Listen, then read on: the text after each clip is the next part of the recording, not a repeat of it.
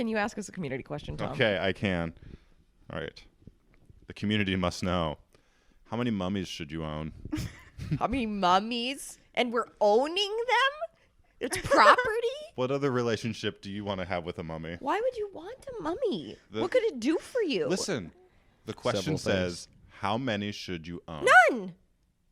I think the question assumes you're going to own at least one. Why? You can say none. Where did this Lacey's question come confident from? in her lack of mummy acquisition. Why would you want a mummy? What would it do for you? Is it mummified and it's just like in its sarcophagus? Let's first of all, you're having a big reaction to this, which excites me a lot, and I'd love to unpack that.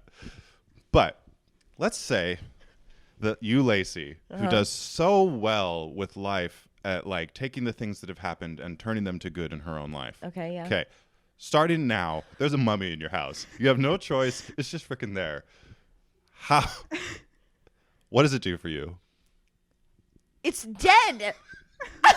But how do you Lacey this situation? I mean, like, do we night at the museum this and we bring in the tablet and we do a spell to make it come back to life? And then what? Then you have to deal with a living mummy in your house. And is that better? I don't know. That's a good question. I have That's a what lot I'm of asking you. questions. I mean, maybe if I had to suspend my thoughts about not wanting a mummy. The fact is there is a mummy, and now you have to deal with that. In that case, maybe I want a brigade of them that I could activate and they could like do chores. There we go. Does that count? Well, so what constitutes a chore reanimate brigade? Is that 5, 7, 3? I don't think I could deal with more than 3. I thought about 5 for a second and just think about bumping into each other. Like, I don't know. It doesn't sound So you would be outnumbered. by the mummies. Yeah. Uh-huh. I don't like it. I don't like any of this. Jared, I don't do you like it it? at all. I do. I love. Okay, You here's do? the question. Yeah. You know, they're just so useful. No, I'm just kidding. But I do think that they're cool. Here's a question. You know, taxonomically, is taxidermy, does that count as mummies? Because if so, there are lots of Americans who have a lot of mummies. It doesn't count. It doesn't count because there's no wrap. Yeah, mummification. It's a specific process and it's not taxidermy. Well, how many mummies should you own?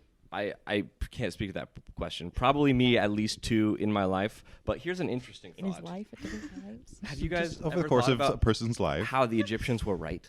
How About? weird that is? About mummies. About how it They said, we do this ritual, and when you do this ritual, you live forever.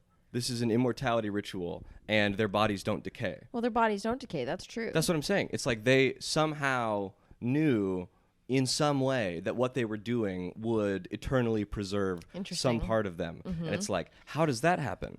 You know, is there how some... did they know that? Yeah. Exactly, Mhm. yeah. I don't know.